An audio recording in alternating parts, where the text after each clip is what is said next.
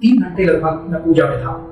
जब मैं वापस आया तो मैंने देखा कि मेरे घर में एक बहुत बड़ी भीड़ है, और जब मैं अंदर पहुंचा, भीड़ को चीरता हुआ, तो मैंने देखा कि मेरी मम्मा को उन्होंने नीचे लिटा रखा है, मम्मा के ऊपर कपड़ा डाला हुआ, और मुझे बताया गया कि मम्मा मेरी उनको ऊँची उल्टी हुई और वो मर गई। यीशु मसीह तो कब आया मैं तो जानती हूँ, तो मेरे बाबू के टाइम कैसे मतलब कोई बात क्या कैसे ये हो गया? देखिए, ये बात करता है विश्वास से। मान लीजिए मैंने आपको ये कह दिया ये पानी है, आप वो केमिस्ट्री की स्टूडेंट, आपने कहा नहीं ये तो केमिकल हो सकता है, मैं नहीं इसको पीऊंगी, मत पियो आप। ये तो जब आप चख के देखोगे तभी तो पता चलेगा। यीशु मसीह का वर्णन हमें किस किस कॉन्टेक्स्ट में मिल जाता है बाइबल के अलावा?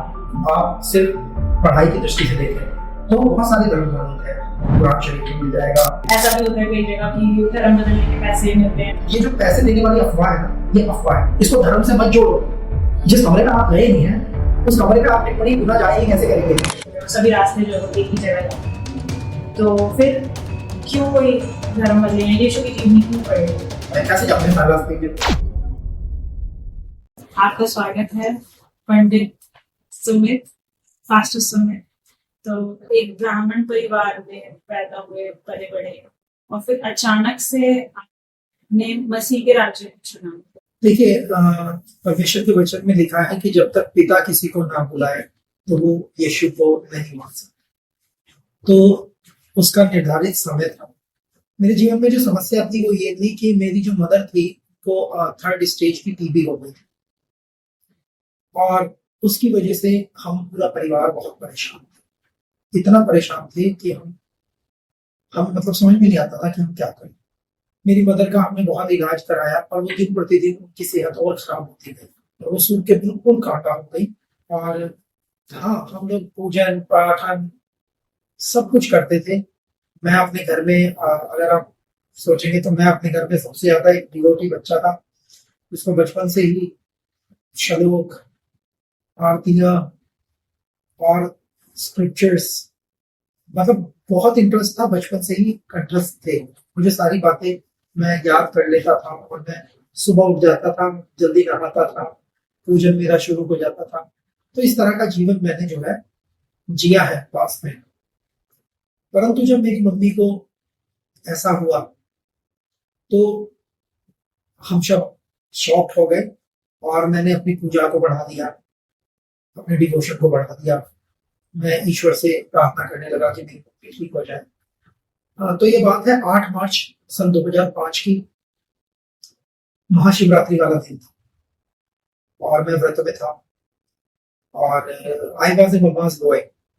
हम 3 भाई हैं और मैं बीच का हूँ, तो मतलब जहाँ जो कुछ करना था, मेरी माँ मेरे लिए सब कुछ थी। मैं मम्मा से बहुत अटैच था, बहुत प्यार करता था। तो मम्मी मेरे साथ नहीं पूजन के लिए, तो वहां पर एक आंटी थी, वो बेल पत्र वगैरह और फूल वगैरह बेचती थी। तो मेरी मम्मी की वो सहेली थी, तो मैं पूजन के लिए चला गया। मम्मी उनके पास बैठ गई, ठंड होती है मार्च में, तो वहां बैठ गई धूप में उनके पास। मैं मम्मी को वहां छोड़ के चला गया। मैं लगभग 3 घंटे लगभग मैं पूजा में था। जब मैं वापिस आया तो मैंने देखा कि मेरे घर में एक बहुत बड़ी भीड़ है, और सब मुझे देखे जा रहे हैं, घूरे जा रहे हैं। मैं पूछ रहा हूँ क्या हुआ, कोई मुझे बता ही नहीं रहा कि क्या हुआ।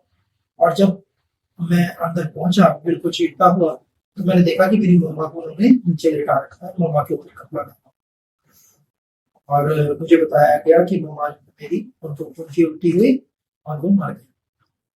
मतलब मेरे लिए ये जो न्यूज थी, इसको बचा पाना बहुत मुश्किल था। मेरे को इतना सदमा लग गया, मैं बड़ी टेंशन में आ गया। मैं ईश्वर को पुकारने लगा कि ईश्वर मेरे साथ ऐसा क्यों हुआ? क्या आपको पता नहीं है कि मैं अपनी माँ के बगैर नहीं जी सकता? क्या आपको पता नहीं है कि हमारी उम्र छोटी है, हमारे लिए तो हमारी माँ ही सब कुछ है? तो मैं बहुत तड़प गया इस बात को सुनकर, और क्योंकि हमारे घर में कोई बहन नहीं थी, तो उस कारण से 3 भाई भाई है, तो मतलब घर काटने को दौड़ने लगा। 1 मिनट भी घर में रहना मुश्किल हो गया माँ के जाने के बाद। और मैं बिल्कुल बिल्कुल मतलब डिप्रेशन में आकर के बिल्कुल ऐसा ही हो गया। मैंने लगभग 3 बार मरने की भी कोशिश की कि मैं मर जाऊं। और मेरे जो सवाल होते थे उनमें से एक विशेष सवाल ये था कि मेरी माँ इतनी बुरी मौत क्यों मरी? क्योंकि वो तो एक बहुत अच्छी महिला थी, मेरे नाना जी, नानी जी, मेरे मामा और मोहल्ले वाले लोग सब मेरी माँ को बड़ा प्यार करते थे, क्योंकि वो सीधी बहुत थी, बहुत सीधी स्त्री थी, बहुत ही सीधी। तो मैंने सोचा कि क्या ईश्वर अच्छे लोगों को भी ऐसा दंड देता है कि वो ऐसे मर जाए। तो मैंने कई अपने गुरुओं से, कई ज्ञानवान लोगों से पूछा कि ऐसा क्यों हुआ। तो उन्होंने कहा कि ये शायद इसके कर्मों की वजह से हुआ। इस बात को सुन के मुझे बड़ा गुस्सा आया, क्योंकि बचपन से ही लोग बताते हैं कि मेरी माँ ने तो ऐसा कोई बुरा कर्म किया ही नहीं है, कभी ऐसा उसने कुछ किसी को बुरा नहीं कहा। तो मुझे बड़ा बुरा लगा इस बात से। तो फिर किसी ने उस उत्तर को बढ़ाया और बोला कि वो भी बड़े ज्ञानी व्यक्ति थे, कि शायद उसके पिछले जन्म के कर्म ऐसे हो। तो मैंने जैसे आपको बताया कि मैं बड़ा पूजन पाठ और पढ़ने लिखने में, जो शास्त्रों की विद्या है इसमें मैं काफी बहुत इंटरेस्ट रखता था, और मैं ज्ञान अर्जित करने में भी इंटरेस्ट रखता था। तो मैंने उनसे कहा कि आप तो कहते हैं कि अगर हम कोई अच्छा कर्म करेंगे तभी हमें मनुष्य की जीवन मिलता है, इस योनि में हम आते हैं। तो मैंने कहा फिर आप, मेरी माँ ने कोई अच्छा कर्म किया होगा तभी तो वो मनुष्य बनी, तो आप कैसे कह सकते हैं कि पिछले जन्म में उसने कुछ गलत किया ताकि वो इतनी बुरी मौत मरी। और फिर उसने तो कोई बहुत ही अच्छा काम किया होगा जो वो ब्राह्मण के घर में उसने जन्म लिया। तो फिर मतलब ये जो कर्म वाली फिलॉसफी है ये मेरे समझ में बिल्कुल नहीं है। इस मुझे ऐसा लगा कि मान लीजिए मैं सड़क पे कल को निकलता हूँ और कोई कार मुझे टक्कर मार दे, तो मतलब जनता के पास मुझे सांत्वना देने के लिए कुछ नहीं है। वो ये कहेंगे कि भैया इसके कुछ कर्म होंगे तो उसका भुगतान ये कर रहा है, किसी को कैंसर हो गया इसके कर्म होंगे इसलिए इसको कैंसर हो गया। मतलब एक व्यक्ति तड़प रहा है और तुम उसको सांत्वना देने के बजाय उस पर दोषारोपण कर रहे हो, उस पर दोष लगा रहे हो। तो मुझे बिल्कुल अच्छा नहीं लगा, मेरा रुका हुआ था। तो मेरे एक मामा जी हैं, उनके माध्यम से, उनके साहब कोई प्रभु में थे, तो प्रार्थना वगैरह का उनको अच्छा लगा, तो वो मेरे लिए भी प्रार्थना करने के लिए कुछ लोगों को ले आए। तो जब उन्होंने मेरे लिए प्रार्थना की उस दिन ही मैंने जो है पॉइजन खा रखा था। मैं बताऊंगा कि कौन सा खाया था, पर पहली वे I don't want to give you idea. तो उस दिन ही मैं अपने जीवन करना चाहता था, कंफर्ट डिप्रेशन में था, कई दिनों से मैं सोया नहीं। तो वो लोग जब आए उन्होंने मेरे लिए प्रार्थना की, उनकी प्रार्थना से उस दिन 2 चमत्कार हुए और मैंने उनको प्रार्थना करते हुए देखा। क्योंकि जब उन्होंने पहले मुझे ज्ञान देने की कोशिश की तो मुझे तो ये लगा था कि भैया ज्ञान सब बेकार है, क्योंकि हमारा ज्ञान धरा का धरा रह गया। हमारे ज्ञान ने या हमारे रिश्तेदार हो गया, किसी के ज्ञान ने मेरी माँ को तो बचाया। तो मुझे ज्ञान से हो गई थी नफरत। तो वो मुझे ज्ञान देने लगे, पता नहीं क्या क्या बाइबल से समझाने लगे। तो मैंने एक कान से सुनी और दूसरे कान से निकाला, क्योंकि मुझे इन चीजों में इंटरेस्ट खत्म हो गया। तो फिर उन्होंने कहा चलो प्रार्थना करेंगे, आंखें बंद कर लो। तो जैसे ही उन्होंने आंखें बंद की अपनी, मैंने अपनी खोल ली, क्योंकि उन्होंने ये तो बोला नहीं था कि कितनी देर आंखें बंद करनी। तो मैं उनको देख रहा था कि वो कर क्या रहे हैं, कौन सा मंत्र पढ़ रहे हैं, कौन सा पूजन करेंगे, क्या करेंगे वो। तो वो मेरे लिए रो रो के प्रार्थना कर रहे थे। और तब मुझे पता नहीं था, पर मुझे अब पता है कि वो पवित्र आत्मा की सामर्थ है कि उन्होंने जब वो प्रार्थना कर रहे थे तो मुझे भी रोना आ गया और मैं चिल्ला चिल्ला कर रोने लगा। और वो मुझे पूछने लगे भाई तू क्यों रो रहा है। तो मैंने कहा मुझे खुद नहीं पता मैं क्यों रो रहा हूँ। तो उस दिन 2 चमत्कार हुए। पहला चमत्कार कि वो जो रिएक्शन था पॉइजन का वो रुक गया। दूसरा चमत्कार ये हुआ कि मुझे ऐसा लगा जैसे मेरे सर पे से किसी ने बहुत बड़ा पत्थर, बहुत बड़ा बोझ हटा दिया और मैं बिल्कुल अपने आप में हल्का महसूस करने लगा। तो मुझे शक हुआ कि कहीं इन्होंने कोई जादू टोना तो मेरे ऊपर ही कर दिया। मैंने पूछा कि कोई जादू, तो उन्होंने कहा नहीं, हमने यीशु के नाम से प्रार्थना की है। और मैं बड़ा अचंभित हुआ इस बात को सुन के, क्योंकि यीशु को ना हमारे बाप दादाओं में से किसी ने माना, ना मेरे। तो आपको ऐसा लगा कि जिस देवी देवता को हम पीढ़ी दर पीढ़ी करते हैं उन्होंने क्यों नहीं करा, और ये पता नहीं कौन सा अंग्रेजों का, हाँ अंग्रेजों का ये देवता है, पता नहीं किसका देवता है, और ये आके क्यों हमारे जीवन में कर रहा है। हमने तो उसको आज तक कोई प्रसाद भी नहीं चढ़ाया यीशु मसीह। कभी मैंने उनकी आरती नहीं की, कभी मैंने उनको कभी धूप नहीं दिखाई, मैंने उनका कुछ भी नहीं किया, ना कोई हवन ना पूजन, कुछ नहीं किया, ना कोई अनुष्ठान उनके लिए नहीं किया। और वो एक व्यक्ति जो थर्ड पर्सन है अकेले आके रो रहा है, मेरे लिए प्रार्थना हो रही है और मेरे जीवन में कुछ चमत्कार हो रहा है। तो मैं बड़ा अचंभित हुआ। तो मैंने कहा भाई ये है कौन, इसके बारे में थोड़ी जानकारी हमें और चाहिए, क्योंकि हमारी जो जानकारी थी ईसाइयत के बारे में वो बड़ी सीमित थी। हमें ये लगता था कि भैया ये सेंटा क्लॉज और क्रिसमस या फिर केक खाने तक या फिर हैट पहनने और कोट पैंट पहनने तक ही सीमित हमारी जानकारी, तो हमें नहीं पता था इसके बारे में। तो वहां पर एक छोटी सी संगति लगती थी, मैं उसमें जाने लगा। तो मेरे जो सवाल थे, मेरे सवाल बड़े कठिन होते थे, तो मैंने वो सवाल सारे वो बोल दिए। तो मेरे सवालों से लोग चिढ़ जाते थे, ये कहते थे कि ये मेंटल है, मेरे को मेंटल मेंटल कह के पका रखा था लोगों ने, क्योंकि मैं तो डिप्रेशन में था। तो उन्होंने मेरे सवालों का उत्तर देना शुरू किया और मेरे जीवन में शांति आनी शुरू हुई। मैं लगभग 8 संडे उस सत्संग में गया जो क्रिस्त सत्संग था, प्रभु यीशु का था। और मुझे नया नियम उन्होंने दिया, मैंने नया नियम पढ़ना शुरू किया और उसमें यीशु मसीह की जीवनी है। और जब मैंने जीवनी पढ़ी तो वो इतनी प्रभावशाली जीवनी है, मैं तो हैरान हो गया और मुझे उसमें बुरा नहीं लगा कुछ भी। अब क्या अलग लगा, मतलब कि आप क्या एक्सपेक्ट कर रहे थे कि मुझे यीशु की जीवनी में क्या मिलेगा और कब आपको लगा? देखिए ऐसा है, हम मेरा जो विश्वास था वो विश्वास था मेरा अवतार कि देखिए जैसे विष्णु जी के अवतार है, शंकर जी के अवतार है। तो किसी भी एक सनातनी व्यक्ति को अगर आप किसी भी ईश्वर परमेश्वर को देंगे वो कभी भी विरोध नहीं करेगा। सनातनी व्यक्ति का जो दिल है वो रिस्पेक्ट से भरा हुआ रहता है। सभी देवता वेलकम है। हिंदू धर्म बहुत अच्छा धर्म है, सनातन धर्म बहुत अच्छा धर्म है जिसमें रिस्पेक्ट देते हैं सभी को। तो जो मुझे यीशु के बारे में बताया तो मैंने रिस्पेक्ट दी कि चलो ये भी एक भगवान, हम इतने भगवानों को मानते हैं, ये भी एक भगवान है। शायद हमारे यहाँ एक और फ्रीडम है कि एक घर के अंदर एक व्यक्ति है वो किसी और देवता की पूजा कर रहा है, पिता माँ किसी और की कर रही है, बेटा किसी और की कर रहा है, कोई लड़ाई झगड़ा नहीं, सब अलग अलग, सबके इष्ट देवता बोलते हैं उसको, है ना, पर्सनल आप भगवान। तो मैंने सोचा कि शायद इन्होंने ये मेरे इष्ट देवता होंगे और उन्होंने जो है उनके बारे में अध्ययन करना शुरू कर दिया। तो मेरा जो मुझे सबसे यूनिक चीज जो यीशु मसीह में लगी वो ये लगी कि जैसे हमें देखते हैं कि एक तरफ तो पापियों का नाश है और यीशु मसीह में जब आप उसमें लूका रचित सुसमाचार उसके 19 अध्याय के 10 वचन पर मैं आया तो मैं वहां चौंक गया। वहां पर लिखा है कि यीशु मसीह पापियों को ढूंढने और उनका उद्धार करने आए। दैट वाज यूनिक कि यार एक तरफ पापी के लिए दंड है, जैसा कर्म करेगा वैसा तुझे फल मिलेगा, दूसरी तरफ ये कहते हैं कि नहीं पश्चाताप के लिए रास्ता है, वही आपको ऐसा फल नहीं मिलेगा, आपको स्वर्ग मिलेगा, आप तौबा कर दो। अच्छा देना क्या है, कौन सी पूजा करनी है, कोई पूजा नहीं करनी है, आपने माफी मांगनी है बस। एक और चीज है जो बहुत लोग, क्योंकि जब मैं मसीह में नहीं थी तो मेरे भाई इस बार की ओके होता हुआ था, मैं तो पापी नहीं हूँ। नहीं देखिए हर किसी को पता है कि आपको पता था जैसे आप पहले? बिल्कुल पता था। आप सोच के देखिए हमारे धर्म में जहाँ पर हम ना केवल इंसानों का बल्कि जीवों का भी सम्मान करते हैं, तो हम मॉस्किटो कोई लगा के सोते थे, पता नहीं कौन सा वो मच्छर जो है वो होगा। तो जीव हत्या से कोई बचा नहीं। अगर एक भी व्यक्ति बचा हो तो बता दें मुझे कि भैया हमने कभी चींटी नहीं मारी। अच्छा आपने जीव हत्या कर दी तो आप क्या सोच रहे हैं, आप कुछ पुण्य करके बच जाएंगे क्या, किसी को मार के बच जाएंगे? इतना छोटा धर्म नहीं बस।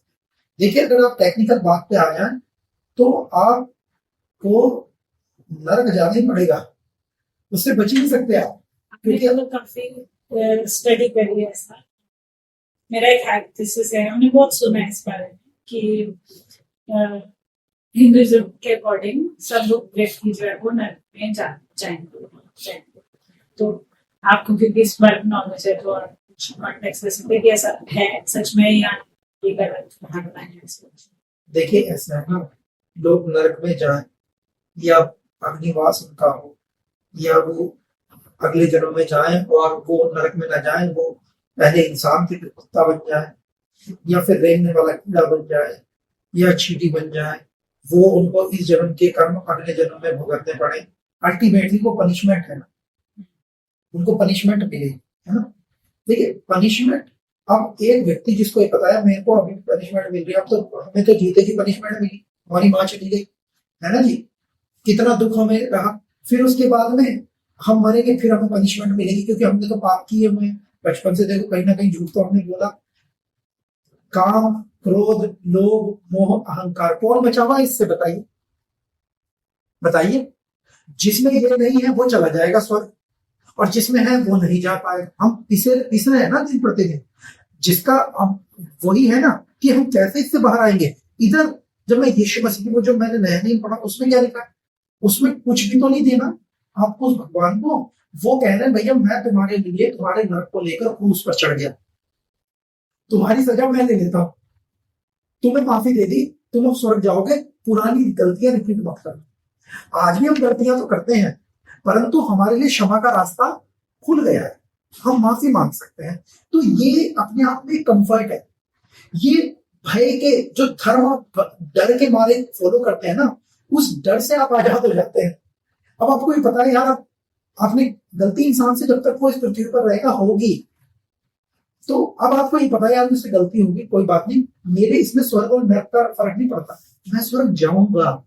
पापियों के लिए एक ईश्वर आया है जिसने पापियों के नरक को अपने ऊपर लेकर क्रूस पर बलिदान चढ़ा दिया है, दे दिया है। सबके जो हिस्से की जो मार थी वो उसने सह ली। तो अभी मैं भी पैदा हुए, ठीक है, इंसान को लगभग 20 साल में पैदा हुए। तो यीशु मसीह तो कब आया मैं तो जानती हूँ। तो मेरे पापा के लिए वो कैसे, मतलब कुर्बान कैसे ये?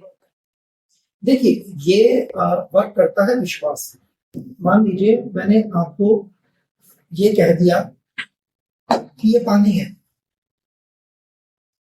आप हो केमिस्ट्री की स्टूडेंट, आपने कहा नहीं ये तो केमिकल हो सकता है, मैं नहीं इसको पीऊं, मत पियो आप। ये तो जब आप चख के देखोगे तभी तो पता चलेगा।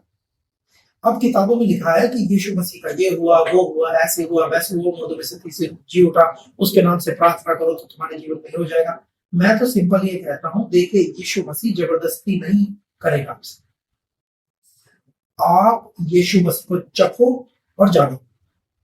हरियाणा में रहते हुए मुझे कई साल हो गए। हरियाणा में बहुत सारी कहावतें हैं, पर एक कहावत मुझे बहुत पसंद है, आप कहो तो मैं बोल सकता हूँ। हरियाणा में एक कहावत है जो बहुत अच्छी है, वो ये है कि बात ऐसी कह दी कि लट गाड़ दी, और ये बोल दिया कि ये दुनिया का बीच है। बात ऐसी कह दी कि लट गाड़ के ना ये कह दिया कि ये दुनिया का सेंटर है, ये बीच है। किसी ने पूछा कि कैसे, तो उसको बोला कि तू नाप ले। अब यीशु मसीह, जो लोग, अब गूगल करो, आप हजारों करोड़ों गवाहियां मिल जाएंगी, सबको झूठ मान दो। आप ये मानो कि जितने इस मसीह में आ रहे हैं वो सब झूठे हैं, मान लो आप। पर मैं आपको कह रहा हूं, जिस दिन आपके जीवन में अगर कोई मुसीबत आए, सबको पुकार लेना, आखिरी में यीशु को पुकारना, वो आपको उत्तर दे दे तो आप बाइबल को पढ़ लेना, प्रभु में आ जाना। ना उत्तर दे तो मत आए। ये जबरदस्ती वाला खेल थोड़ी है। विश्वास तो विश्वास है। मैं किसी को नीचा या ऊंचा नहीं कह रहा हूं। प्रभु यीशु मसीह मेरे इष्ट हैं, वो मेरे कारण आए, वो पर्सनली मेरे पापों को माफ किया। ये मैंने विश्वास किया परमेश्वर के धर्म ग्रंथ के अनुसार, क्योंकि ना तो मैंने कोई धर्म ग्रंथ लिखा, मैं तो रचयिता नहीं हूं ना। जब मैं इस दुनिया में आया तो सारे धर्म ग्रंथ लिखे जा चुके थे।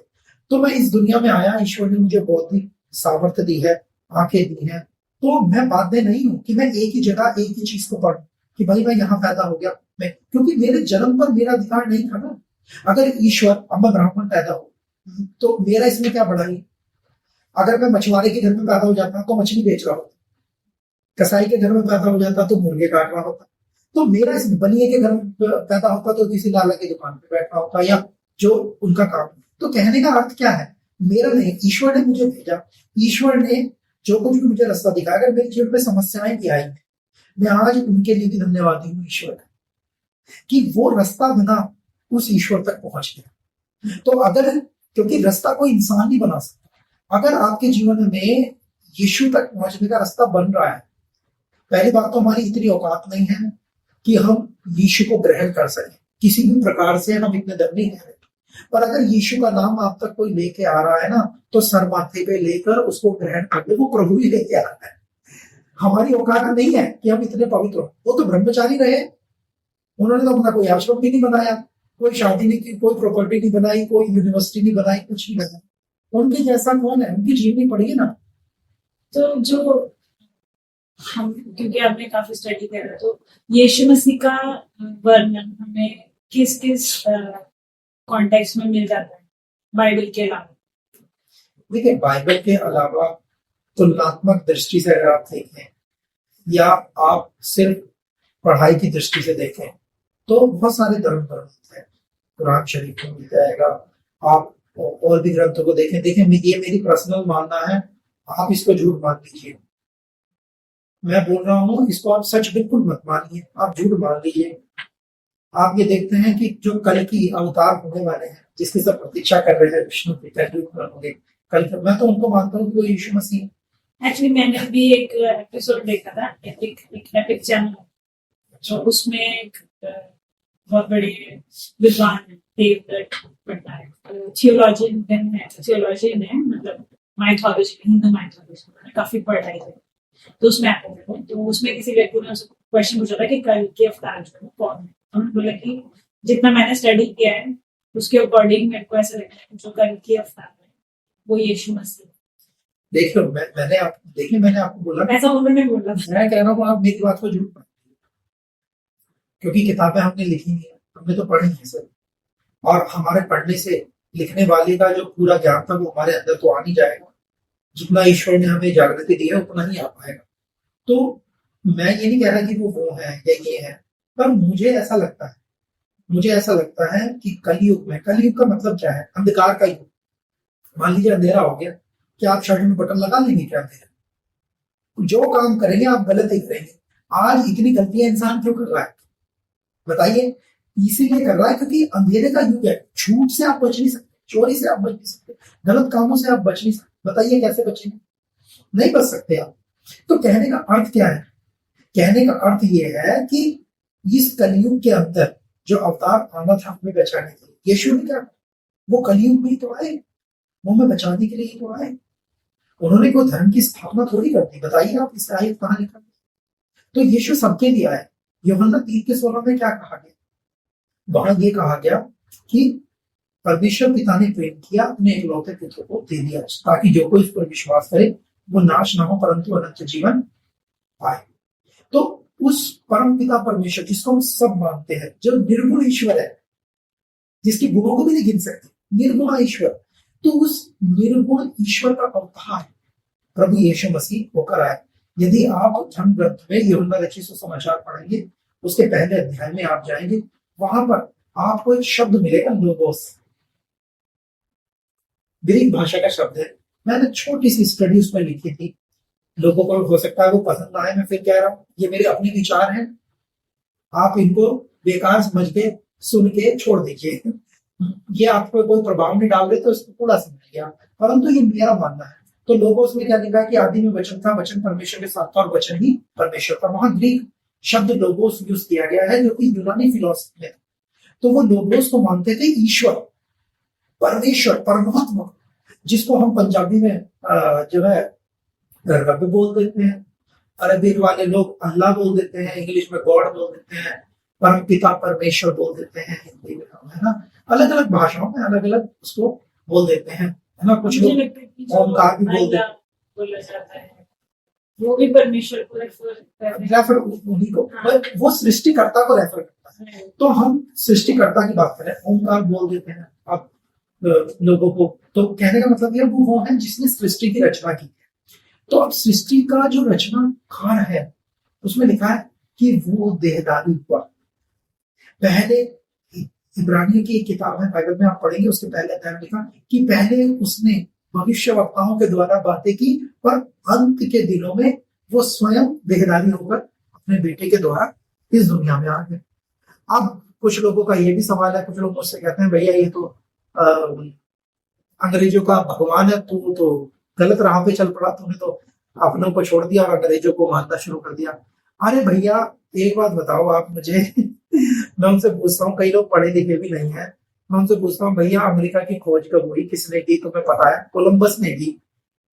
कब की? गूगल कर लो, देख लो, पढ़ लो किताबों में, कब की? अमेरिका वाले थोड़ी प्रभु को, अमेरिका में प्रभु का जन्म ही नहीं हुआ। प्रभु का जन्म तो हमारे एशिया में हुआ। वो तो रोटी खाते थे, वो पिज्जा बर्गर थोड़ी खाते थे। यीशु रोटी खाते थे, वो एशिया में हुआ, इजराइल में हुआ। लोग कहते हैं कि इजराइल दुनिया का सेंटर है, मान लीजिए हम अभी इस घर में बैठे हैं, इस घर में अलग अलग रूम है, इस घर का मालिक एक ही है, इस घर में 10 रूम है। तो मालिक अगर इस कमरे में ना बैठ के उस कमरे में बैठेगा तो वो इस घर का मालिक नहीं है। ये देश क्या है, ये देश एक ही घर, एक ही दुनिया के अलग अलग कमरे हैं ना।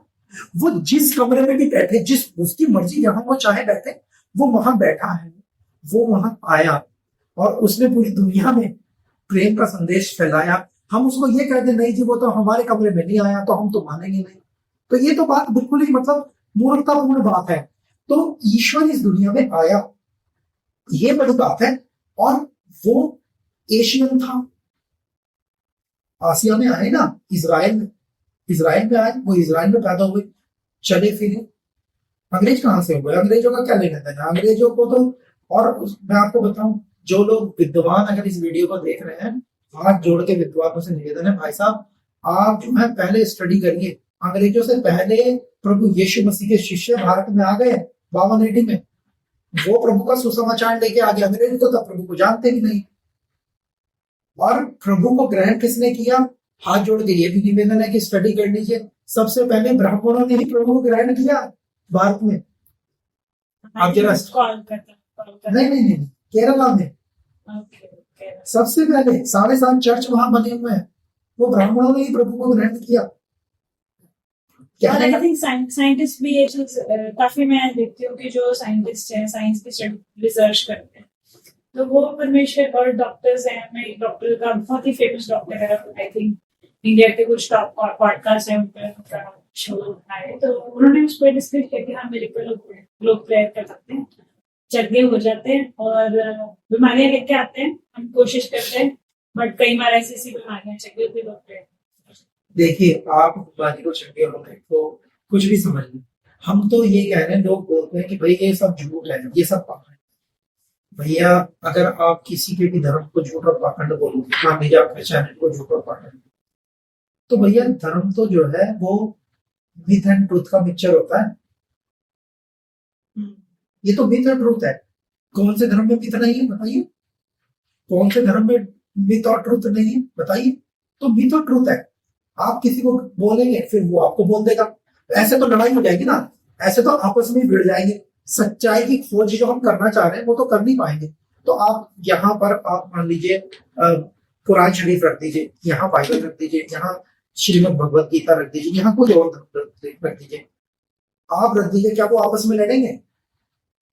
ग्रंथ आपस में नहीं लड़ते, उनको मानने वाले लड़ते हैं अपने आप को श्रेष्ठ बता के। देखिए हमारा जन्म एक ही बार हुआ है, पृथ्वी पर हम आए हैं ना, तो जब आए हैं और अगर आपको ईश्वर ने बुद्धि दी है, आप उस कमरे के बारे में कभी भी टिप्पणी ना करिए जिस कमरे में आप कभी गए नहीं। जब आप कहें नहीं जी उसमें तो भूत है, नहीं जी उस कमरे में तो बदबू आती है, भैया आप गए नहीं उसमें, अगर आप गए हो तो आप बताओ, फिर हम आपकी बात मान लेंगे। आपने बाइबल पढ़ ली हो, आपके पास ज्ञान आ गया हो, आप इतने ज्ञानी हो गए हो, फिर आप कहो ये गलती है भाई मैंने ये निकाल के बता दी बाइबल से, फिर तो हम आपके पांव पकड़ लेंगे, आपकी बात मान लेंगे। पर आप गए भी नहीं और आप बैठे बैठे वैसे ज्ञानी बनने की कोशिश कर रहे हैं, तो वो नहीं है। मैंने फिर उसी पे आ जाऊंगा, मैं लट डालने वाला कि भाई दुनिया का ये बीच है, कैसे है तू नाप ले, नाप के देखिए ना। देखिए किसी धर्म को गलत बोलना ये किसी भी धर्म में नहीं होता। तो अगर आप नापी देखते हैं काफी देखते हैं, जैसे ये घूमना बपतिस्मा है, तो वहां पर देखते कि वो पॉइंट आउट कर देता था, और एक्चुअली वो अपने ही धर्म के लोगों के बीच में चल रहा है, अपने ही धर्म के व्यक्तियों को पॉइंट आउट करता था कि तुम सांप के बच्चे हो, और इस तरह से पॉइंट आउट। तो इसके बारे में आपका क्या सोच है? देखिए ऐसे लोगों के लिए मेरे मन में बहुत सम्मान है, बहुत सम्मान, जो अपने को सबसे पहले करेक्ट करें, अपने गिरबान में झांकने वाले लोग बहुत अच्छे हैं। भारत में अगर आप दयानंद सरस्वती जी को पढ़ेंगे, जिन्होंने आर्य समाज के जो फाउंडर है, वो कहते हैं कि मूर्ति पूजा गलत है। तो ये हम तो है ही नहीं कुछ, उनके आगे हम क्या है, हमारा क्या है उनके आगे, वो तो विद्वान है ना। वो कहते हैं अच्छा पूरा आर्य समाज जो ग्रुप है वो कहते हैं कि भैया मूर्ति पूजा गलत है। अच्छा कई लोग मुझे आके बोलते हैं कि भाई ना अब प्रभु में तुम आ गए हैं, अब तुम मूर्ति पूजा नहीं करते। भैया मैं हाथ जोड़ लेता हूँ क्या नहीं कि आप मुझे जो कुछ कहना है भैया कह दो, मान लो। पर आप ये देखिए ना, पूरा का पूरा सेट है और उनका सम्मान करते हैं, सब सम्मान करते हैं। तो कोई हिंदू मूर्ति पूजा ग्रुप नहीं होता है, कोई सनातन धर्म कोई इतना छोटी सी चीज नहीं है कि जिसको कुछ लोगों ने सीमित कर दिया, अपने छोटे से दिमाग से उसको चलाने की कोशिश कर रहे हैं। नहीं, बल्कि ये एक बड़ा कॉन्सेप्ट है, ये उस ईश्वर के बारे में चर्चा है जिसकी चर्चा आप खत्म ही नहीं कर सकते। तो एक खोज है, ये एक तृष्णा है, एक आप इस पे फुल स्टॉप नहीं लगा सकते कहीं। तो मैं कुछ कहूंगा, कोई कुछ कहेगा, कोई कुछ कहेगा, सबकी बात आपको सुननी और माननी पड़ेगी। बात आ जाएगी प्रभु यीशु मसीह की, तो फिर जैसे मान लीजिए कि मूर्ति पूजा कर रहे थे, लेकिन चर्चेस में कैंडल जलाई जाती है, मरियम की मूर्ति होती है, तो उसी तरह से वो लोग दिए जलाते हैं, तो वो भी मूर्ति पूजा गलत कैसे है चर्च में? देखिए हम ये कह रहे हैं, हमने तो कहा ही नहीं कि मूर्ति पूजा गलत है। मैंने कहा दयानंद सरस्वती जी कह रहे हैं, मैंने नहीं कहा। पहली बात तो मैं ये बोलता हूँ, मैंने कब कहा मूर्ति पूजा गलत है? किसी की आस्था मूर्तियों में मेरी तरफ से वो 10 फुट की 50 फुट की मूर्ति लगाए, मेरे को उसमें कोई आपत्ति नहीं, मैंने बिल्कुल नहीं कहा। मैंने कहा वो कह रहे हैं, कुछ लोग हो रहे हैं वो कहते हैं। अगर आपको चाहिए तो मैं उनसे बुलवा दूंगा, उनकी किताब भी आपको भेज दूंगा, एड्रेस भेज दीजिएगा, और वो भी जो है उनको सनातन धर्म अपना मानता है।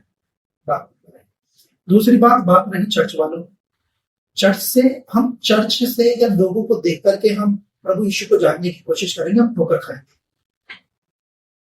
हम जो ग्रंथ है ना, उस ग्रंथ को पढ़े। हर धर्म में लोगों की टिप्पणियां अलग अलग होती। तो बाइबल क्या तो परमेश्वर का वचन आप पढ़िए।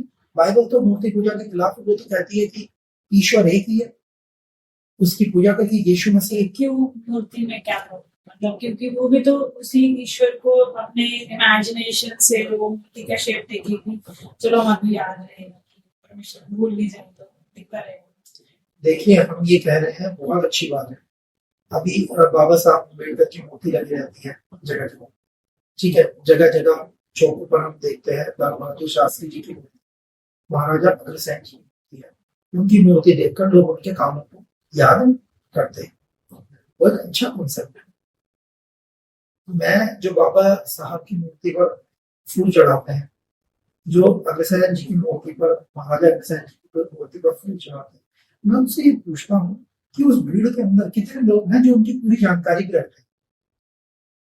आप बताइए, फूल चढ़ाना को हम श्रद्धा बना लें तो हमारा भारत बढ़ जाएगा? हमारा भारत तब बढ़ेगा जब हम जानकारी को बढ़ाएंगे, जब हम पढ़ाई को बढ़ावा देंगे। हम उलझे रहेंगे तो हम कैसे जानेंगे? अब कैंडल, अब अगर वसीयत ये है कि भैया आप ना बाइबल मत पढ़ो, आप चर्च में जाके कैंडल जलाओ, तो आपको पूरा प्रभु यीशु का बाइबल का ज्ञान आ जाएगा। अच्छा, आप सनातन धर्म को आप कोई पुस्तक ना पढ़ो, ऐसे ही उल्टा सीधा बोलते रहो और दिवाली पे एक दिया जलाओ, उससे आ जाएगा क्या ज्ञान? ये तो एकदम अजीबोगरीब बात हो गई ना, ये तो भेड़ चाल वाली बात हो गई। देखिए, आपको किसी धर्म को जानना है तो उसकी जो धार्मिक पुस्तकें हैं आप उनको अध्ययन करिए, लोगों को देख के नहीं। कई लोग मुझे कहते हैं भैया ऐसा है, हम तो ईसाइयों से नफरत करते हैं और वो लोग तो ये खाते हैं वो खाते हैं, ऐसे पहनते वैसे पहनते। मैंने कहा भैया हर जगह है, हर जगह ऐसे लोग हैं। हमारे यहाँ अघोरी बाबा है, वो इंसान खाते हैं, लाश खा लेते हैं, बताइए आप, ठीक है, अघोरी बाबा लाश खा लेते हैं। तो भैया आप जब दूसरे को आप ऐसे कैसे बोल रहे हैं? हर धर्म में अलग अलग प्रकार के लोग हैं, ठीक है, उनकी अलग हिस्ट्री है।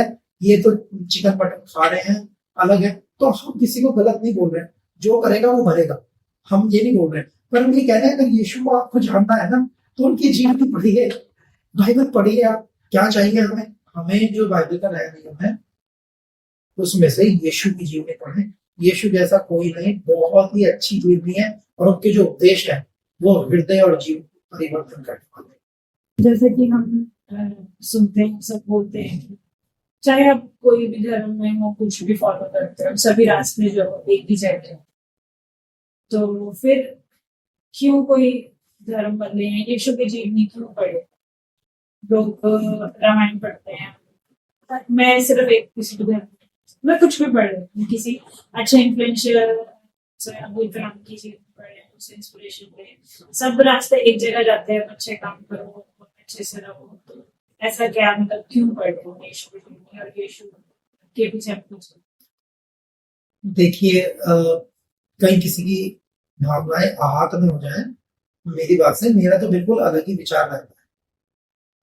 मैं उन व्यक्ति से यही पूछूंगा, अगर तो मुझे घर में ये सारे रास्ते एक जगह जाते हैं, कैसे जाते हैं सारे रास्ते एक जगह, कैसे जाएंगे बताइए? आप दिल्ली में हैं, दिल्ली से आप आगरा की तरफ चल पड़े, कभी अमृतसर पहुंचेंगे आप? बताइए कैसे पहुंचेंगे अमृतसर?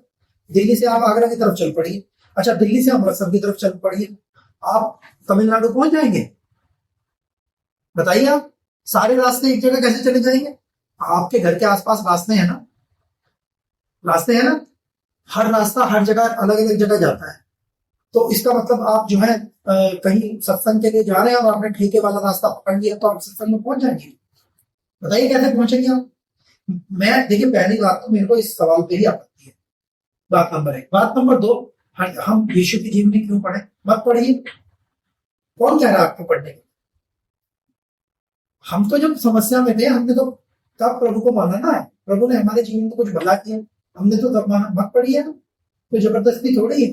आप अब्दुल कलाम जी की जीवनी क्यों पढ़ते हैं? आप महात्मा गांधी जी की जीवनी क्यों पढ़ते हैं? आप अम्बेडकर जी की जीवनी क्यों पढ़ते हैं? आप कुछ अच्छा सीखना चाहते हैं ना, वो सफल व्यक्ति थे, आप सफल होना चाहते हैं ना, इसीलिए जब आप उनकी जीवनी पढ़ते हैं, इसीलिए यीशु मसीह भी पढ़िए।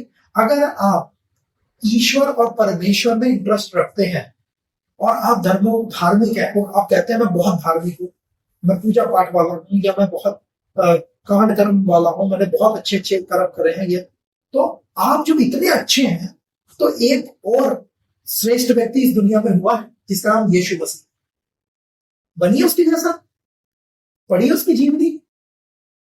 तो ये कारण है यीशु की जीवनी पढ़ने का। और यीशु मसीह की जीवनी पढ़ने का दूसरा कारण यह है कि यीशु ये क्लेम करते हैं कि मैं पापियों को बचाता हूं। पढ़िए आप उसकी जीवनी।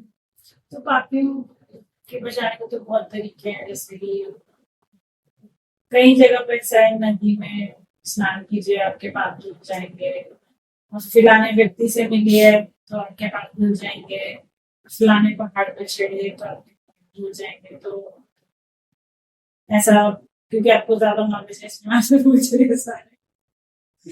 देखिए ऐसा है ना, बस किसी की भावनाएं हाथ में हो जाए, मैं क्षमा बोल के मैं बोल रहा हूं, जो कहिए कि पैसा वैसा सब मोह माया है, इसमें मन नहीं लगाना चाहिए, ईश्वर भक्ति में मन लगाना चाहिए। ये प्रचार करने वाले बाबा जी एक सत्संग का 1 लाख रुपए लेते हैं। आप समझ रहे मेरी बात कि सब कुछ क्या है? मोह माया, और तो खुद ले रहे हैं ना। तो ये तो खुद की बौद्धिक क्षमता होनी चाहिए, बुद्धि होनी चाहिए कि हम जाने। लोगों ने आजकल इंसानों को भगवान बना लिया है, उनके पाँव में गिर जाते हैं, उनके चरणों में गिर जाते हैं कि बाबा जी आप यहाँ आपके टांग पकड़ के हम भी पहुंच जाएंगे। ऐसा नहीं होता। इसीलिए तो समाज के अंदर कुरीतियां बढ़ रही। भैया आप जो ग्रंथ लिख दिए गए हैं, जो ऋषि मुनि ने लिखे हो, तपस्या के बाद देखें, कोई ग्रंथ ऐसे ही थोड़ी लिखा जाता है, कोई किताब ऐसे लिख देता है। अगर स्पेशली आप बाइबल की बात करें, आप जरा गूगल कर लें कि दुनिया में कितने हजार लोग, कितने लाख लोग, कितने करोड़ लोग, कितने अरब लोग उसको पढ़ रहे हैं। फिर आपके मन में सवाल आना चाहिए कि भैया क्यों पढ़ रहे हैं? आपके घर मन के अंदर वो अनुभूति पाने की चाहत आएगी ना। बाइबल सबसे ज्यादा वर्ल्ड की सबसे ज्यादा top selling, top red book है, और ट्रांसफॉर्मेटिव भी सबसे ज्यादा। आई थिंक मैं वही कह रहा हूँ जी, अगर आपने नहीं पढ़ी तो पढ़ दो, और आप नहीं पढ़ना चाहते तो बिल्कुल मत पढ़ो। हम कब कह रहे हैं कि आप जबरदस्ती पढ़ो? परंतु आप ये देखिए, जब हजारों करोड़ों लोग पढ़ रहे हैं, आप यूट्यूब पे जाइए जरा, डालिए जरा, आपको पता चलेगा कि अरबों टेस्ट बनी आ जाएंगी। कोई कह रहा है कि मेरी किडनी ठीक हो गई, कोई कह रहा है मेरा कैंसर ठीक हो गया, कोई कह रहा है वो। आप पूरी दुनिया को झूठा मान लीजिए, पर आप जो ग्रंथ लिखा हुआ उसको तो पढ़िए। आप बिना पढ़े तो कटाक्ष नहीं कर सकते, आप बिना पढ़े तो गलत नहीं बोल सकते किसी को। ये तो नैतिकता है ना। जिस कमरे में आप गए नहीं है उस कमरे पे आप टिप्पणी बिना जाए ही कैसे करेंगे? फिर तो लोग आपको ज्ञानी नहीं समझेंगे, आपको मूर्ख समझेंगे। मुझे लोग कहते हैं भैया तुम बाइबल पढ़ते हो, बाइबल तो उपदेश देने लगे, ये तो गलत बात है। मैंने कहा भैया कहाँ गलत है बताओ आप। मैंने किसी को बीड़ी पीनी सिखा दी क्या? मैंने किसी को दारू पीनी सिखा रहा हूँ? मैं किसी को घर में लड़ाई करवा रहा हूँ क्या? मैं क्या कर रहा हूँ बताओ? अरे भाई, कईयों ने बीड़ियां पीनी छोड़ दी, कईयों ने सिगरेटें छोड़ दी। बड़े बड़े चमत्कार की जरूरत नहीं है। अगर एक व्यक्ति यीशु मसीह की जीवनी पढ़ के बाइबल में लिखा गाली देना, गाली मत दो, गाली देना छोड़ देता है तो वो भी एक बड़ी बात है, वो भी एक बहुत बड़ी बात है। तो कहने का मतलब क्या है, बहुत शिष्टाचार बाइबल सिखाती। तो मसीह लोग ऐसा कन्वर्ट करने के पीछे क्यों पड़ने लगता है? मतलब ऐसा भी होता है कई जगह कि धर्म बदलने के पैसे मिलते हैं, ऐसा कुछ होता है? देखिए ऐसा है, मैं तो उस व्यक्ति को ढूंढ रहा हूँ जो धर्म बदलने के पैसे देता है कि भाई हमें भी दे जाओ। पैसे की किसी को जरूरत नहीं होता हुआ, किसी जरूरत नहीं है पैसे की, बताइए आप। अच्छा, कोई व्यक्ति धर्म बदलने के अगर पैसे दे रहा हो, हिंदुस्तान में 80% लोग गरीब हैं, तो मैं कहता हूँ भाई अगर धर्म बदलने कोई पैसे दे रहा हूँ उसका विरोध भी मत करो। एक विसर्जन आके मेरे पास कह रहे भैया धर्म बदलने के पैसे मिलते हैं और अरे मैंने कहा भैया ऐसा है तुम खुद कमाओ पैसे, जो हमारे भाई लोग हैं पहले उनको गरीबी में से निकालो। कि ये सवाल ही ना आए, ये सवाल ही ना आए। ये सवाल क्यों आता है? क्योंकि हमारे देश में गरीबी ज्यादा है, बेरोजगारी ज्यादा है। कोई प्रभु में आ जाता है, पैसे नहीं मिलते उसको, परमेश्वर उसको आशीष देता है, उसका काम धंधा सही चलता है, उसका दिमाग सही हो जाता है। जब इंसान का दिमाग सही हो जाता है, जब वो डिप्रेशन में से निकलता है तो वो उन्नति करता है, तरक्की करता है। यहीं से सब कुछ चलता है ना। आपके दिमाग में टेंशन है, आप रोटी भी गोल नहीं बना सकते। और अगर आपके दिमाग में टेंशन नहीं है, आप जो है बिल्कुल आपके दिमाग में शांति है, फिर आप रोटी छोड़ो, आप पराठे बनाएंगे और पता नहीं कितने प्रकार के आप बना देंगे और वो टेस्टी भी बनेंगे। कहने का मतलब क्या है, ये जो पैसे देने वाली अफवाह है, ये अफवाह है। अच्छा, इस अफवाह में मैं एक चीज जोड़ना चाहता हूं। राइस क्रिश्चियंस लोग कहते हैं कि राइस क्रिश्चियन बन गए। हाँ, हिस्ट्री में इसका जिक्र है, हम कब नकार रहे हैं, हम तो तथ्यों को बात कर रहे हैं। हिस्ट्री में इसका जिक्र है। साउथ में जो है, जब जब वहां बाढ़े आई, जब जब वहां पर सुनामियां आई, मुगल काल में आप देखिए कि क्या हुआ। मुगल काल में पोर्चुगीज और मुगलों के बीच में लड़ाई हुई। जो पढ़े लिखे हैं लोग अभी पढ़ रहे हैं, मुगलों ने गोवा पर चढ़ाई कर दी, अलग अलग जगह पे चढ़ाई कर दी। उनको संरक्षण किसने दिया? मसीह लोगों ने संरक्षण दिया, उनको बचाया, उनको खाना खिलाया, पानी खिलाया। अब किसी की भलाई से कोई प्रभावित होकर के उसके धर्म में चला जाए तो आप ये सोचिए क्या नैतिक रूप से ये बात सही है ये कहना कि भैया तू चावल खा के चला गया है? मान लीजिए अब अमृतसर में भंडारा चलता है 24 घंटे, मैं कहता हूँ दुनिया का सबसे बड़ा भंडारा है, इतना टेस्टी खाना है और पता नहीं करोड़ों लोगों का पेट को भरना है। अब वहां लंगर खा के कोई सिख बन जाए तो मतलब वो लंगर खा के कड़ी खा के बन गया है? भंडारे और दुनिया चला रही है, क्योंकि भूखे की तो पेट में रोटी चाहिए ना। तो अच्छा, मेरे केस में तो ऐसा है नहीं भाई, ईश्वर ने हमें खूब दे रखा। अगर हमें 2 रोटी की जरूरत है तो ईश्वर ने 4 दे, है ना। बाकी बात रही वो पैसे देने वाला कौन व्यक्ति है जिसपे इतने पैसे हैं, जो भारत में पैसे बांटना चाहता है, देना चाहता है। ऐसा बोलते कि कंट्रीज जो है वो इंडिया में पैसा भेजती है चर्चेस को, ताकि चर्चेस जो है वो लोग कन्वर्ट करते। देखो मेरी बात सुनो, बाहर की किस कंट्री से किस धर्म के लोगों को पैसा नहीं मिलता? क्या जितने भी यहाँ पर मुसलमान लोग हैं, हमारे मुसलमान भाई हैं, क्या अरब देश उनको चंदा नहीं देते? वो गरीबी को देख के चंदा देते हैं कि भाई गरीब है, उनको थोड़ी तालीम मिल जाएगी, पढ़ लिख लेंगे। क्या आप मुझे बताइए, क्या सिख लोग जो कनाडा वगैरह में हैं, क्या वो अपने लोगों को अपने गुरुद्वारों के लिए चंदा नहीं भेजते हैं? क्या जो हिंदू टेम्पल है, इस्कॉन हो गया या कोई भी टेम्पल हो गया, क्या विदेशी चंदा इनके पास नहीं आता है? तो ये सवाल सिर्फ मसीह लोगों से क्यों? अब मेरे परिवार में से कुछ लोग हैं, वो बहुत अच्छे पढ़े लिखे और उनकी नौकरी विदेशों में लग गई है ना, वो भी प्रभु में आ गए। अब वो क्या करते हैं, वो जब भी हमें जरूरत होती है हमें सहायता के लिए भेज, मेरे खुद के परिवार के लोग तो ना भेजे को। कल को मेरे बच्चे, मेरे बेटे बेटियां पढ़ने के बाद में कहीं विदेश में चले जाएंगे, वो हमें पैसा भेजेंगे, यहाँ पे कोई सेवा करना, लंगर लगाना है या कुछ करना है, वो पैसे भेजेंगे तो वो कन्वर्जन के लिए भेज रहे हैं पैसे। भैया हिंदुस्तान में बहुत गरीबी है, अगर कोई इन लोगों के लिए शिक्षा का लंगर लगा रहा है ना, उसको लगाने दो, मत रोको। मूर्खता है ये रोक। अगर कोई किसी का पेट भर रहा है तो भरने दो उसका पेट, इसको धर्म से मत जोड़ो। इतने सारे क्रिश्चियन स्कूल इस दुनिया में है और भारत में तो सबसे ज्यादा है, हर जगह क्रिश्चियन स्कूल है। मतलब जितने लोग क्रिश्चियन स्कूलों में जाते हैं वो सब ईसाई बन जाते हैं। मतलब वो 12 साल क्रिश्चियन स्कूल में पढ़े, पहली क्लास से लेकर 12वीं क्लास तक, तो वो ईसाई बन गए। इतने बड़े बड़े महापुरुष जो बाद में साधु बन गए क्रिश्चियन स्कूल से निकलने के बाद, उनके बारे में क्या कहेंगे आप? उनको क्या कहेंगे? तो ये सारी बातें ना, ये कुछ ऐसे लोगों ने बीच में लेकर आए हैं जिनकी राजनीति इससे चलती है, जिनकी दाल रोटी इससे चलती है। इसको पोलराइजेशन कहते हैं इंग्लिश में। वो जो हमारे हिंदू भाई बहनों को, सनातनी भाई बहनों का ब्रेन वॉश करना चाहते हैं। उनको क्या पता है कि मान लीजिए जो ये प्रभु को मानने वाले लोग हैं 2-3% है, बाकी लोग जो है वो 97% है। तो 2-3% के बारे में आप अफवाहें फैला दो, उनको मारो पीटो और इनको अपने फेवर में ले लो।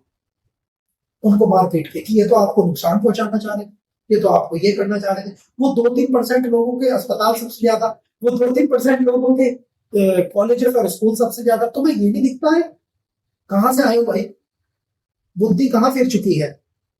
उनको अप्रिशिएट करो। अब मान लीजिए थोड़ा सा छोटा सा परसेंटेज है जैन समाज, बहुत कम है। आपको पता है कंट्रीब्यूशन कितना हाई है? बिजनेस में कितना कंट्रीब्यूशन है उसका, कितना हाई कंट्रीब्यूशन। आप उनके विषय में भी उल्टा सीधा बोल दोगे फिर कि वो तो ऐसे कर रहे हैं, वो तो वैसे कर रहे हैं। कई लोग बोल देते हैं उनको कि वो जी कपड़े पहन के नहीं चल। अरे उनका कंट्रीब्यूशन की शिक्षा है तो देखो। छोटा सा समाज है पारसी समाज, अभी रतन टाटा जी की डेथ हुई है, छोटा सा समाज है। कंट्रीब्यूशन नहीं देखा आपने दुनिया में, भारत में कितना है, कितने लोगों का। तो आप जो है नेगेटिविटी को, नकारात्मक को खोपड़ी से निकालिए। शुद्ध आप किसी को गाली देने से नहीं होते हैं, शुद्ध आप जब खोपड़ी में गाली नहीं उपजाएंगे तब होंगे। आपके दिमाग को साफ करना पड़ेगा। तो वही लोग ईसाई बनने के लिए पैसे देते हैं। हैरान है हम तो, हमें तो आज तक किसी ने दिए नहीं, और कोई मिले तो हमें पकड़ के लाइए। और हाँ, हम भी सत्संग में जाते हैं, वहां पर हर संडे पैसे मिलते नहीं, पैसे देने पड़ते हैं। लोग अपना दशमांश देते हैं, चंदा होता है वहां, फिर उसमें अपनी कमाई का 10वां हिस्सा।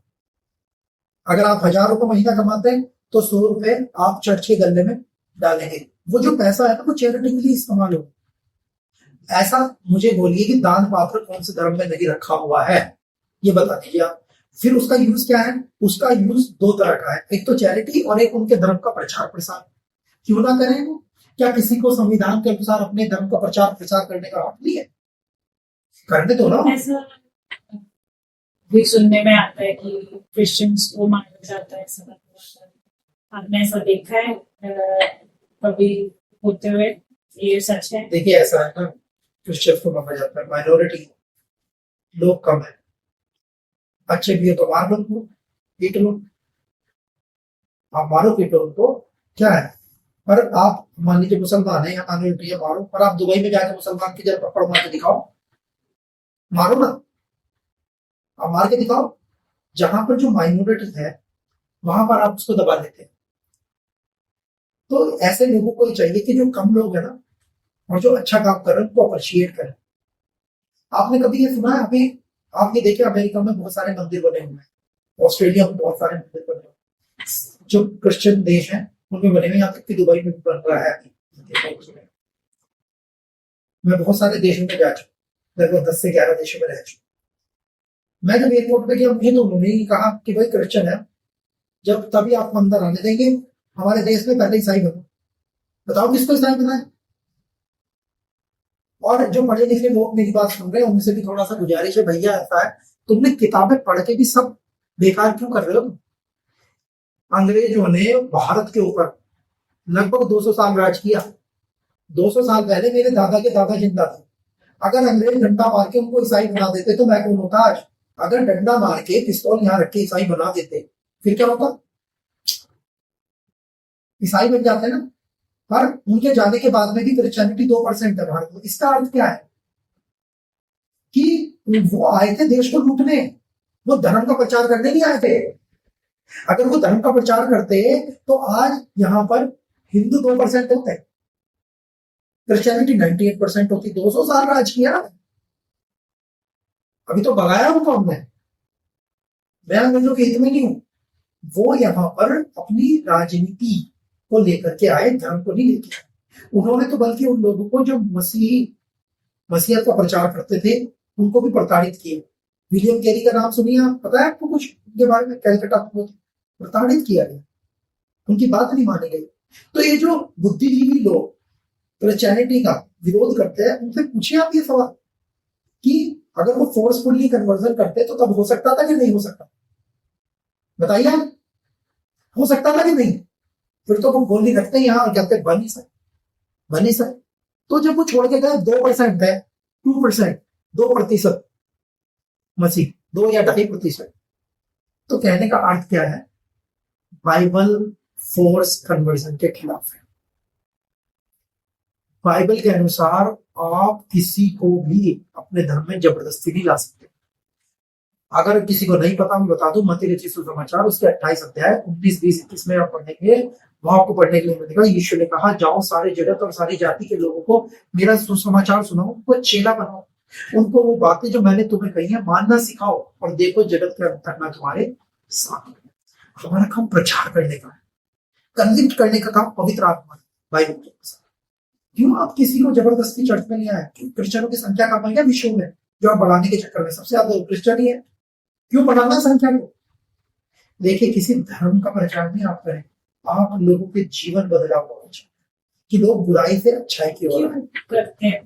आपने अपना लाइफ 17 साल से प्रचार करें क्यों नहीं? देखिए, आप परेशान थे, आप एक मोहल्ले में ऐसे मोहल्ले, आप कल्पना कीजिए आप एक मोहल्ले में रह रहे हैं जहाँ चारों तरफ छोटे छोटे पहाड़ है, ठीक है, चमकीले पत्थर है, पर किसी को ये नहीं पता कि वो पत्थर हकीक है, डायमंड है, पन्ना है, मोती है, किसी को नहीं पता, क्योंकि उनके पास ये ज्ञान नहीं है।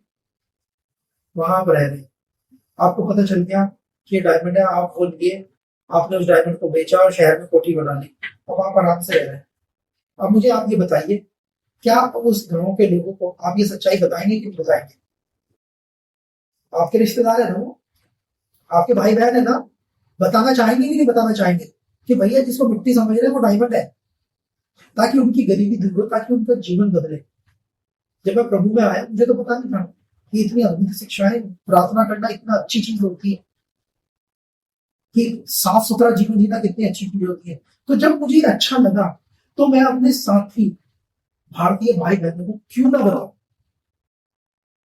बताऊं, क्यों किसी को तड़पता हुआ देख के, मान लीजिए कोई बीमार है, डॉक्टर ने कह दिया भैया ये बचेगा, अगर हम उसको ये कह दें भैया प्रभु को आप प्रार्थना करा लो, आप हो सकता है बच जाओ, और उसने प्रार्थना करा ली और वो 1% बच गया, आप बताइए उसका क्या बुरा हो गया?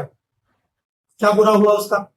एक व्यक्ति शराबी है, वो सारी जगह भटकता हुआ आया, बचपन से हिंदू है ना, बचपन से ही मुसलमान है, बचपन से क्रिश्चियन को भी बता दूंगा कि भाई प्रभु के पास आएगा, माफी मांग ले तेरे सारे गुनाहों की, और अब रेगुलर चर्च में आ, शिक्षा पा, तो ठीक हो जाए। अगर वो ठीक होता है तो क्या दिक्कत है, बताइए, किसी को क्या समस्या है?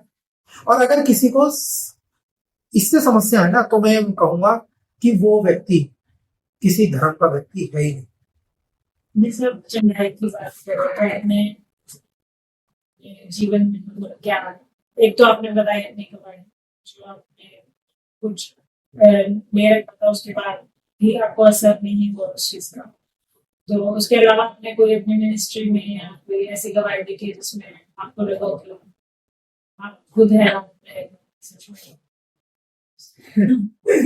देखिए, मैं आपको बताऊं, मेरे जीवन में प्रतिदिन कोई ना कोई गवाही, परंतु अगर मैं बड़ी गवाही की बात करूं तो मेरी बेटी है जिसका नाम विजेता है, इंग्लिश में आप विक्टोरिया बोल सकते हैं, अभी 2-2.5 साल की है। तो जब वो हुई थी तो मेरी पत्नी को प्लेसेंटा में ही निगोथोमा था, मतलब ब्लड क्लॉट्स या ट्यूमर मान लीजिए आप। तो हम लोग उनका जब हमने दूसरा स्कैन कराया तो उसमें डॉक्टर ने पीजीआई रेफर कर दिया, पहुंच गए 30 सेक्टर एक हॉस्पिटल है पीजीआई का ही, वहां हम चले गए। वहां ऑब्जर्वेशन में मेरी पत्नी रही। तो क्या हुआ कि वो जो हेमोथूमर था, वो जो भी जो ट्यूमर अंदर फटा था जिससे ब्लड क्लॉट सारे प्लेसेंटा के चारों तरफ जम गए थे, तो उससे बच्ची को सांस नहीं आया।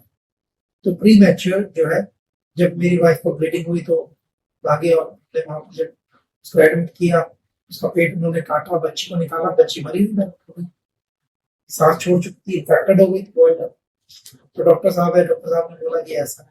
अच्छा, आपने बाइबल के वचन, मुझे बड़ा अच्छा लगता है वो वचन, उसमें लिखा है कि जितनों ने उसकी ओर देखा उन्होंने ज्योति पाई और उनको भी काला दिखा। मम्मी का प्रभु, हमने जब आपकी ओर देखा, हम शर्मिंदगी क्यों सहे, इस बच्चे को आपके हाथों कर सकते हैं। हमने उनसे रिक्वेस्ट की कि आप इसको लाइफ सपोर्ट पे रख लीजिए। उन्होंने नैनिकल वार्ड होता है जिनको, उसमें उसको वेंटिलेटर डाल के रख दिया। इतने में मेरे मित्र आ गए और कुछ जानकार थे, उन्होंने बड़े अफसरों से वहां के बात की और मेरी बेटी को वहां रखवाया। न्यूरोलॉजिस्ट आया, कह रहे इसका दिमाग चल रहा है और जैसे कोमा जैसी स्थिति है वैसी है। टेस्ट शुरू हुआ तो पता लगा उसकी किडनी फेल है और उसका रेस्पिरेटरी सिस्टम तो रिस्पॉन्ड ही नहीं कर रहा। लड़की की स्वेलिंग बढ़ गई बहुत ज्यादा और लड़की का जो स्किन है वो भी पूरी काली हो गई। मतलब कोई चांस ही नहीं है। वो कह रहे कि ये डेड बॉडी इसको लेके जाओ, क्यों रखा हुआ है। जबरदस्ती वहां रखते रहे हम। 14वें दिन उसका जो है ऑक्सीजन, उसको HFO मोड पे रखा हुआ था। HFO मतलब हाई फ्लो ऑक्सीजन, 100% पर, मतलब 1% भी सांस 100% पे रखा हुआ था। तो उसका प्रेशर बहुत तेज होता है। ये तो प्री मैच्योर बेबी था, तो उसकी छाती ऐसे हिलती थी, 2 किलो की थी ये। तो उस तेज प्रेशर के कारण उसका जो फेफड़ा था बच्ची का, वो खुल गया। फेफड़ा खुल गया। जब फेफड़ा खुल गया तो डॉक्टर लोगों ने मुझे बोला कि भैया ऐसा है, तुम जबरदस्ती रखे, ये देखो रेस्पिरेटरी सिस्टम को लॉस हो गया, अब क्या करें। मैंने कहा देखो जी, हम तो प्रभु पर विश्वास करते हैं, अगर आप इसको ये कह दें कि मर गई है तो हमें दे दो, पर अगर 1% भी अगर इसमें जान है, आप कह रहे दिमाग इसका चल रहा है, तो इसको रखो। उन्होंने उसको यहां से काटा, काट के कुछ फेफड़े में रिपेयरिंग वगैरह की। डॉक्टर साहब खुद भौचक्के रह गए जब 17वें दिन उसने पहली बार सांस ली, हैरान रह गए। और 6 दिनों में उसकी सारी जो क्रिएटिनिन उसका हाई था किडनी का, वो ठीक हो गया, किडनी उसकी चंगी हो गई और वो लड़की पूरी चंगी होती चली। विक्टोरिया भी ओवर क्यूट है, आप इसमें फोटो भी लगा देना उसका, है ना। वो 40 दिन वो वहां रही और डॉक्टरों ने सारी बातें मान ली हमारी, कही चलो आपको भगवान ने बचा दिया इसको, तो मेडिकली ये पॉसिबल नहीं था। तो उन्होंने कहा ऐसा है, जो बच्चा वेंटिलेटर पे 7 दिन से अधिक रहता है उसको जो है वो हो जाता है हाई सिंड्रोम, मतलब बच्चे के सेंसर डिस्टर्ब हो जाते हैं 7 दिनों के बाद। तो हमारी बेटी तो वेंटिलेटर पे 28 दिन और मशीन में 40 दिन रही। मेडिकली तो ये मंदबुद्धि बच्चा था, जो हमें काउंसलिंग की गई डॉक्टरों के द्वारा। तो हमने कहा अगर परमात्मा चाहता है हमें मेंटल बच्चा, ऐसे मंदबुद्धि बच्चे के साथ में ही रहना, तो कोई नहीं, तो प्रभु भरोसे छोड़ दे।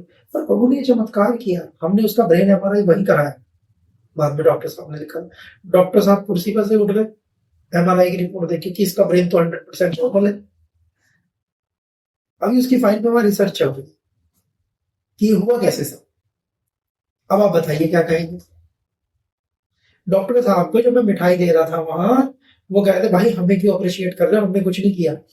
ये HOD के मुंह के वचन है।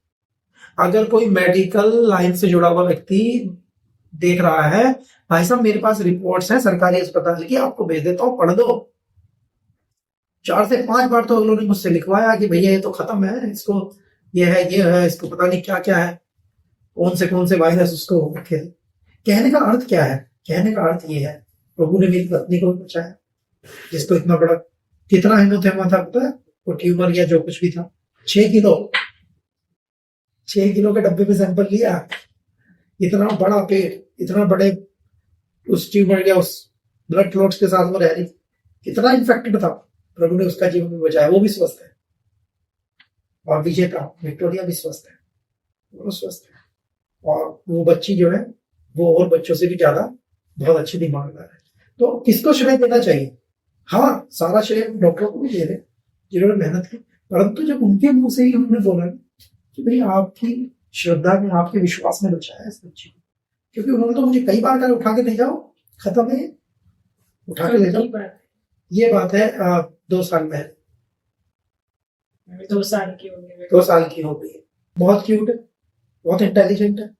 तो अगर मेडिकली कोई ये कहता है कि ये मेडिकल मिराकल है जी, उन्होंने कहा कि इसका बर्थडे भी हम ही मनाएंगे, निको वार्ड वालों ने, कि ये स्पेशल बच्चा है, इसका तो बर्थडे भी हम मनाएंगे। उसके बर्थडे में भी कई नर्सेज आई है, पूरा हॉस्पिटल चौंक गया। हमारे सामने बच्चे मरते थे और वो बच्ची जीवित है। किसको श्रेय दें हम उस वचन को, क्योंकि उसमें लिखा है जितने ने उसकी ओर देखा उन्होंने ज्योति पाई और उनका मुंह कभी काला नहीं, उसने होने नहीं दिया मुंह काला। हम बाइबल में पढ़ते हैं कि प्रभु यीशु कहते हैं कि तुम मुझसे ज्यादा बड़े चमत्कारों को, कामों को करोगे। परमेश्वर ने, यीशु मसीह ने 4 दिन का मुर्दा से जीवित किया था, और हम आपकी गवाही सुनते हैं 17 दिन की बच्चे को परमेश्वर ने जीवन दिया। एंड करेंगे प्रार्थना के साथ, और थैंक यू सो मच अपनी गवाही शेयर करने। हाँ, बहुत बहुत धन्यवाद मुझे सुनने के लिए, और आपका भी धन्यवाद जो आपने समय लगाया मेरे साथ में और इन बातों को आपने सुना, और इससे होने पाए कि वो बढ़े, हम घटे, वो दिखे और हम छिपे, उसकी मैं बहुत धन्यवाद। और अगर आप भी चाहते हैं कि परमेश्वर को आप ग्रहण करें, तो आप मेरे साथ इस प्रार्थना के द्वारा शुरू कर सकते हैं। और मैं प्रार्थना करूंगी, आप मेरे साथ बोल सकते हैं।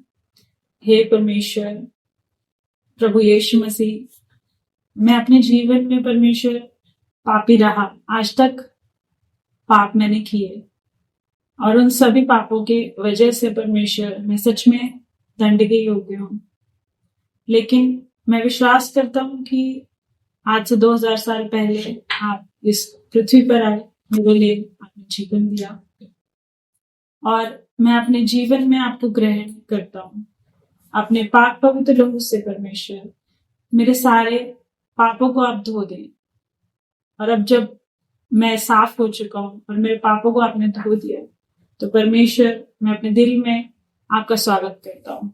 मेरे दिल में, मेरे घर में, मेरे साथ आप रहें, और मेरे जीवन में आप कार्य करें। इसी के साथ आप सबको जय मसीह। आमीन।